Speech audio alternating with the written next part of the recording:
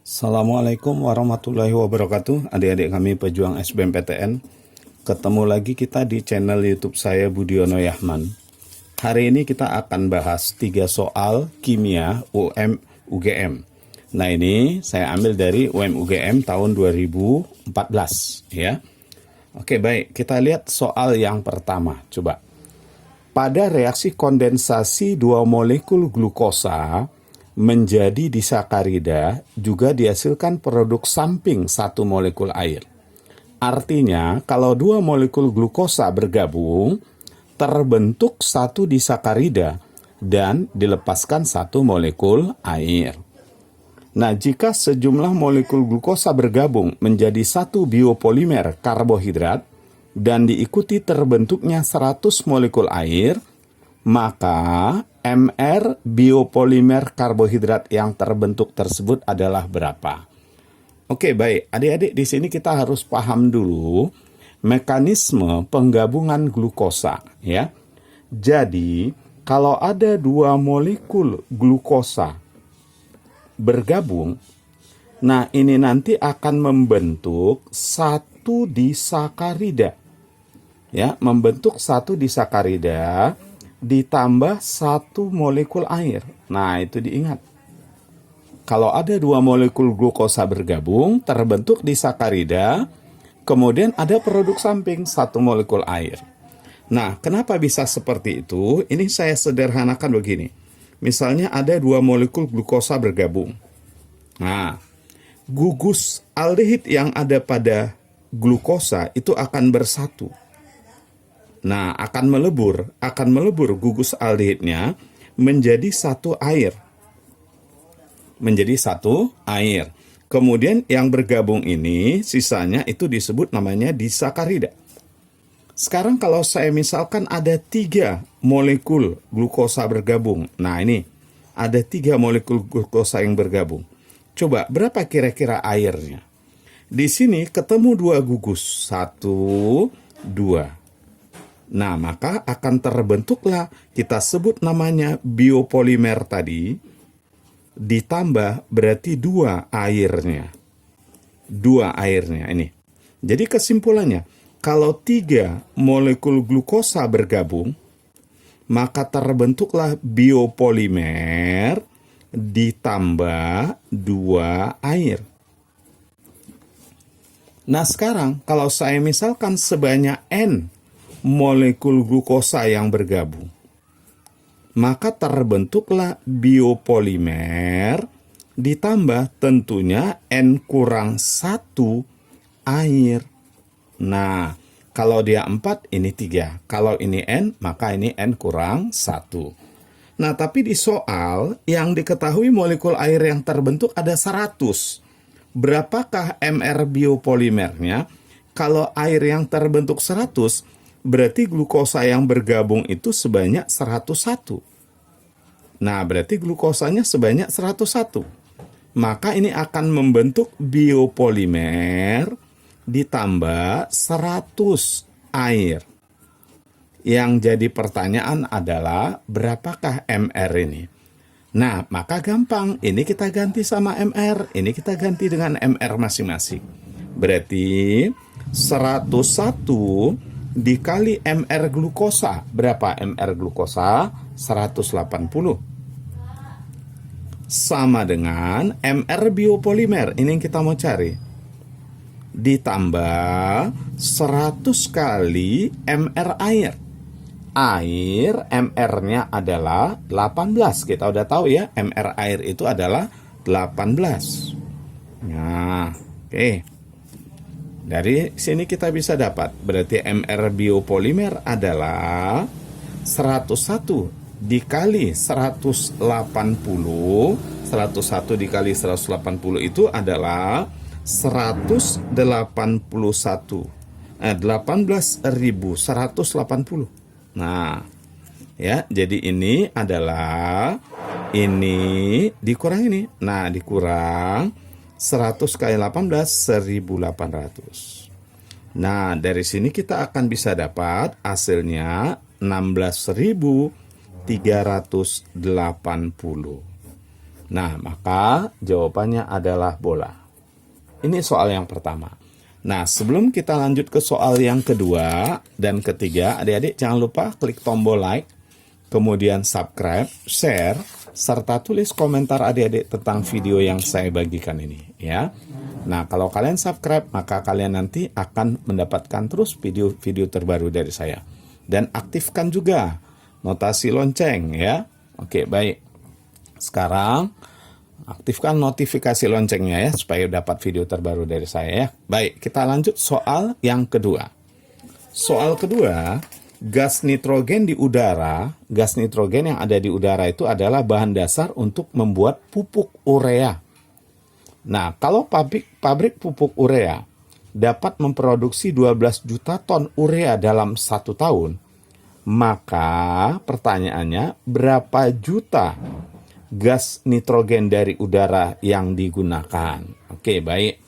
Jadi, gas nitrogen digunakan untuk membuat urea. Urea itu adalah NH2 2 kali CO. Nah, kalau kita nggak tahu membuat persamaan reaksinya bagaimana? Nggak masalah.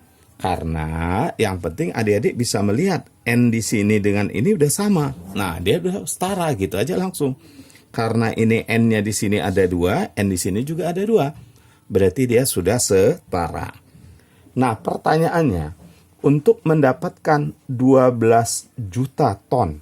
Nah, 12 juta ton. Nah, yang ditanya berapa juta ton gas nitrogen yang diperlukan, ya. Baik. Nah, intinya banyaknya gas nitrogen di sini dengan ini akan sama. Karena menurut hukum kekekalan massa zat sebelum dan sesudah reaksi adalah sama. Artinya banyaknya N di sini akan sama dengan banyaknya N di sini. Nah, maka adik-adik caranya cukup kita hitung berapa banyak N di sini. Oke, coba kalian ingat kembali kalau ada senyawa, rumus molekulnya AMBN misalnya. Nah, maka untuk menghitung massa N, massa A, apa rumusnya? Massa A bisa kita hitung pakai rumus begini. Massa A itu adalah indeks A, yaitu M. Dikali dengan ARA. Dikali dengan ARA-nya. Dibagi dengan MR senyawanya, tentu MR AMBN. Lalu dikali massa AMBN. Nah, jadi di sini kita diminta menghitung berapa massa N2 di dalam ini. Langsung kita hitung. Berarti massa N2 ya, sama dengan indeks N2. Nah ini, N2 ini indeksnya 1, bukan 2. 2 ini adalah indeks N. N2-nya berarti indeksnya 1. Nah, dikali dengan tentu MRN2. Karena kita mau mencari N2, bukan N. Jadi istilahnya kita ganti dengan MRN2. N2 itu 28. Nah, dibagi dengan MR. MR senyawanya urea, MR-nya 60 ya. Kali massa senyawa, berarti massa urea. Massa ureanya berapa? 12 juta ton. 12 juta ton. Oke, kita bisa hitung langsung. 60 dengan 12, ini kita bisa coret 5. Nah, 28 kita bagi 5, 28 dibagi 5, ini sama dengan 5,6 juta ton. Nah, maka jawabannya adalah cantik. Jadi adik-adik, soal UMUGM pun bisa kita selesaikan dengan cara yang singkat. Makanya adik-adik sering-sering nonton video dari saya ya, supaya kalian bisa dapat terus cara-cara singkat untuk penyelesaian soal. Baik. Kita lanjut soal yang ketiga. Nah, ini soal yang ketiga, kalau adik-adik gunakan metode konvensional, maka memakan waktu yang cukup lama. Coba perhatikan di video ini ya. Jangan lupa tadi Klik tombol like, subscribe, share, dan tulis komentar adik-adik. Kita lihat soal ketiga. Gas HCl murni sebanyak 18 ml dan gas NH3 murni sebanyak 24 ml dilarutkan ke dalam 250 ml air. Sehingga seluruh gas ini larut dan tidak merubah volume air. Berarti dia menjadi suatu larutan yang volumenya tetap 250 ml. Tekanan gas-gas semula adalah 76 cm Hg dan temperaturnya 27 derajat Celcius. Nah, kalau konstanta gas ideal atau R 0,08, kemudian KBNH4OH 10⁻⁵, diketahui log 2 0,3, log 3 0,47, dan log 5 0,7, berapakah pH larutan? Adik-adik, di sini yang kita reaksikan itu adalah HCl dengan NH3. Kita tahu HCl itu adalah asam, NH3 itu gas yang bersifat basa. Ya. Nah, terjadilah reaksi antara gas NH3 dengan HCl. Ingat, kalau amonia kita reaksikan dengan asam, maka akan terbentuk garam amonium. Berarti terbentuk garam amonium klorida. Kemudian kita tentukan volume masing-masing. HCl-nya 18 ml ya, mililiter ya. NH3-nya 24 ml.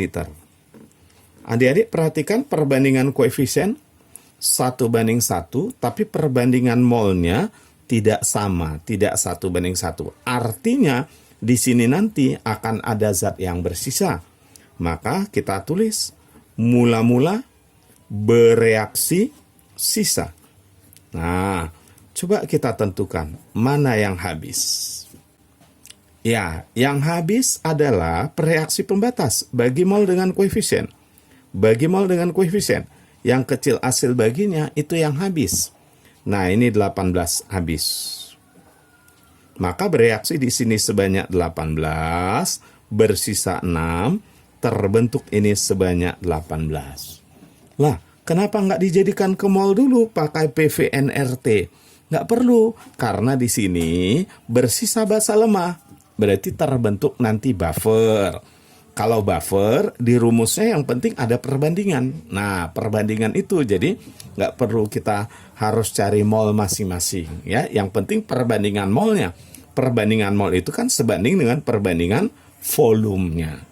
Oke, langsung kita masukkan ke rumus buffer. Kenapa buffer?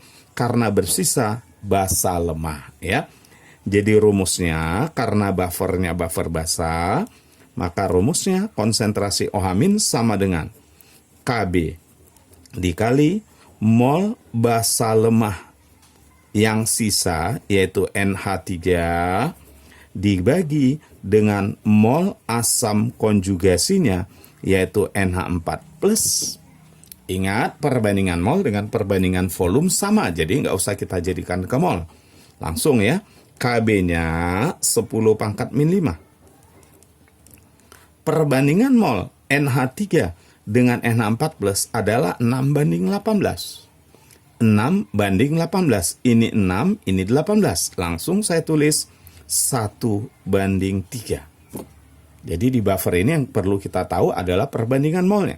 Nah, maka dapat kita 1/3 kali 10⁻⁵ molar. Itulah konsentrasi OH- di dalam buffer ini. Oke. Sekarang, coba kita cari berapa nilai pOH-nya.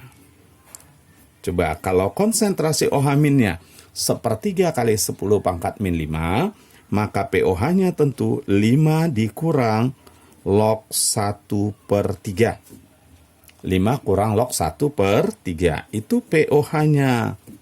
Soal nanya pH, berarti pH adalah 14 dikurang ini. Nah, 14 kurang 5 itu 9. Letakkan aja ini di belakang, kasih tanda yang berlawanan. 9 ditambah log 1/3. Nah, ingat, usahakan yang di belakang log ini, usahakan yang di depan log ini harus di atas 1. Harus di atas 1. Supaya di atas 1 kita balikkan jadi log 3. Kalau dibalik ini dikurang. Nah, gitu ya. Berarti pH-nya 9 dikurang log 3. Ayo, berapa nilai log 3? Log 3 nilainya 0,47. Berarti 9 dikurang 0,47 sama dengan 8,53. Maka jawabannya adalah ento. Oke adik-adik, jangan lupa semangat terus berlatih ya. Nah, dan klik tombol like, subscribe, share, serta tulis komentar adik-adik tentang video yang saya bagikan ini. Terima kasih atas perhatian adik-adik. Assalamualaikum warahmatullahi wabarakatuh.